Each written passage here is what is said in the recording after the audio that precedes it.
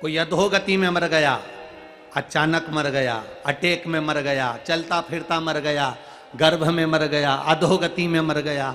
बहुत अभिलाषा उसके मन में थी, मैं ये भी करूंगा, मैं वो भी करूंगा, मैं ये कर दूंगा, मैं वो कर दूंगा। इतनी अभिलाषा लेकर व्यक्ति के जब प्राण छूट जाते हैं, तब ये जीवात्मा ऊपर जब जाती है तो परमात्मा से विनय करती है कि मेरी मुक्ति का कोई यत्न करो। क्योंकि जो बहुत फैलाया होता है, बहुत कुछ करना है उसको जिंदगी में, तो वो खाना भी नहीं खा पाता, पानी भी नहीं पी पाता, बस अपनी लगन में काम करता रहता है। मैं ये कर लूं, मैं वो कर लूं, मैं ये कर दूंगा, मैं वो कर दूंगा, फैला हुआ है। और एकदम मृत्यु ने जकड़ लिया, एकदम काल ने जकड़ लिया और उसके प्राण छूट गए, वो मर गया।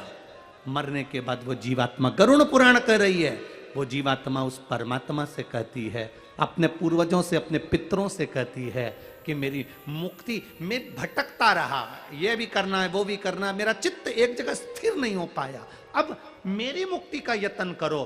तब पूर्वज भी कहते हैं, भगवान बैकुंठ अधिपति भी कहते हैं, जिस दिन कैलाश अधिपति कृपा कर देंगे और तेरे कुल में कभी जीवन में एक बार शिव महापुराण की कथा हो गई तो तेरी मुक्ति सहज हो गई। तुझे ना पिंड की जरूरत, ना तर्पण की, ना तिलांजलि की, ना किसी चीज की जरूरत है। बस तेरे परिवार का व्यक्ति अगर कभी कथा सुनने भी चले गया, या जीवन में उस कुल में, उस परिवार में 71 पीढ़ी में भी अगर शिव महापुराण की कथा हो गई तो तेरी मुक्ति सहज हो गई। फिर तुझे नहीं भटकेगा, तू कभी जीवन में भटक ही नहीं सकता। सहजता है शिव तक। और मेरी जीजियों,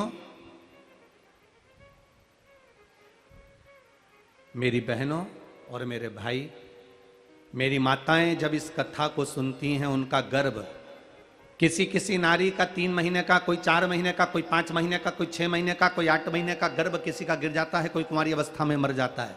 वो नारी जब कथा सुनकर जाती है, वो पुरुष अगर कोई कथा सुनकर जाता है, जिस मार्ग से निकल कर जाता है, जिस गांव में निकल कर जाता है, जिस रास्ते से निकल कर जाता है, उस रास्ते में जितनी माताएं इस नारी का मुख देखती हैं, या जितने पुरुष इस पुरुष का मुख देखते हैं कथा सुनने वाले का, तो शिव पुराण कहती है उनकी भी 71 पीढ़ी में अगर कोई अधोगति में मर गया तो उसका भी कल्याण हो जाता है। ये वो शिव महापुराण की कथा, कोई सहज नहीं है। शिव महापुराण की कथा की सहजता में मिल गई, सारी पुराणे सहजता में मिल सकती है। जब तुम चाहो तब करवा सकते हो, जब तुम्हारी मर्जी पड़े तब तुम करवा सकते हो। क्योंकि भागवत कथा के यजमान है राजा परीक्षित, रामचरितमानस के यजमान है राजन काशी नरेश। प्रत्येक पुराण का यजमान कोई ना कोई राजा हुआ है। केवल शिव महापुराण के यजमान केवल देव अधिदेव महादेव और माता पार्वती हैं, इसके सिवा कोई नहीं। यहां 7 दिन तक अगर खेतान परिवार भी पूजन करने बैठ रहा है, 7 दिन तक ये पति पत्नी का जोड़ा भी पूजन करने बैठ रहा है, तो ये शंकर और पार्वती की कृपा से बैठ रहा है, शिव पार्वती के तत्व के रूप में बैठ रहा है। आप अगर कथा